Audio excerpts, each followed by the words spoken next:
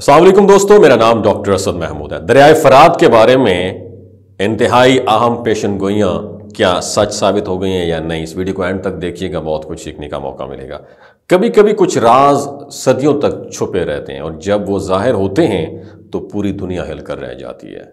दरियाए फरात के नीचे जो हैरान कुन दरियाफ्त हुई हैं उसने दुनिया भर के माहिरीन, मुहक्किकीन और आम लोगों को शशोपंज में डाल दिया है। कुछ लोग इसे महज एक इत्तेफाक समझ रहे हैं, जबकि कुछ का मानना यही है कि ये वो लम्हा है जिसकी पेशन गोई हज़ारों साल पहले की जा चुकी है। ये दरिया सदियों से कई अजीम तहजीबों का गवाह रहा है। इसके किनारे बेशुमार बादशाहतें परवान चढ़ी और सफ़ा हस्ती से मिट गईं, लेकिन आज इसके नीचे एक ऐसा राज बेनकाब हो रहा है जो किसी आम तहकीक से आगे, बहुत ही आगे की चीज़ है। ये महज पानी का सूख जाना नहीं बल्कि एक ऐसे सिलसिले का आगाज़ है जिसके नताइज बहुत दूर तक जा सकते हैं। नबी करीम सल्लल्लाहु अलैहि वसल्लम ने तकरीबन 1450 साल पहले एक ऐसी बात कही थी जो आज के हालात से हैरान कुन हद तक मुताबिकत रखती है। हजरत अबू हुरैरा रज़ी अल्लाह तआला अन्हु से रिवायत है कि रसूलुल्लाह सल्लल्लाहु अलैहि वसल्लम ने फरमाया, क़यामत कायम ना होगी यहाँ तक कि फरात एक सोने के पहाड़ को जाहिर करेगा और लोग उस पर टूट पड़ेंगे। बस हर 100 में से 99 लोग कत्ल कर दिए जाएंगे और हर आदमी ये गुमान करेगा कि शायद मैं ही वो खुश नसीब हूँ जो बच जाएगा और उस सोने को हासिल कर लेगा। सही मुस्लिम की हदीस का हवाला भी नीचे दिया गया है। अब सवाल ये है, क्या वो वक्त करीब आ चुका है?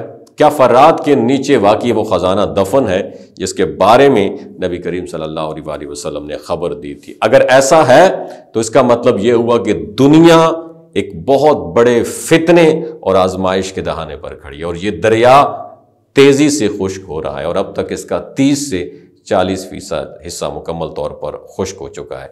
साइंसदान हैरान है कि आखिर ये पानी कहाँ जा रहा है। क्या ये कुदरती तब्दीलियों का नतीजा है या इसके पीछे कोई और हिकमत पोशीदा है?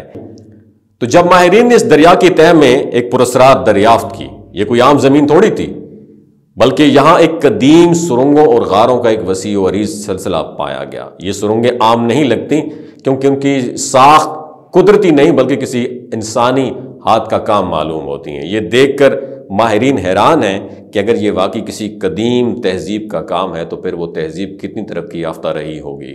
उन सुरंगों की बनावट किसी कैद खाने जैसी महसूस होती है लेकिन आम जेल से बहुत मुख्तलिफ है।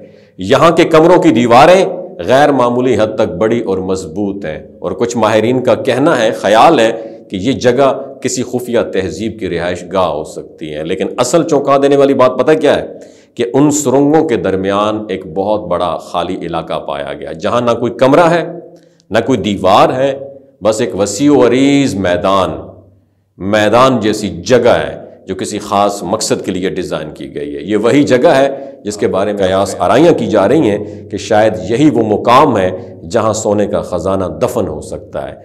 कुछ रिसर्चर्स का कहना यह है कि यह ख़जाना बाइबल के बादशाहों से जुड़ा हुआ हो सकता है, जबकि कुछ इसे कदीम इसराइली बादशाहों की दौलत से ताबीर कर रहे हैं। लेकिन सवाल एक जो सबको तंग कर रहा है कि अगर ये वाकई यहाँ पे कोई ख़जाना है तो क्या इंसान इसे संभालने के काबिल होगा?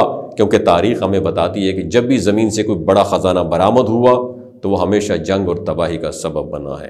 नबी करीम सल्लल्लाहु अलैहि वसल्लम की हदीस में जो मंजर पेश किया गया है वो बहुत खौफनाक है।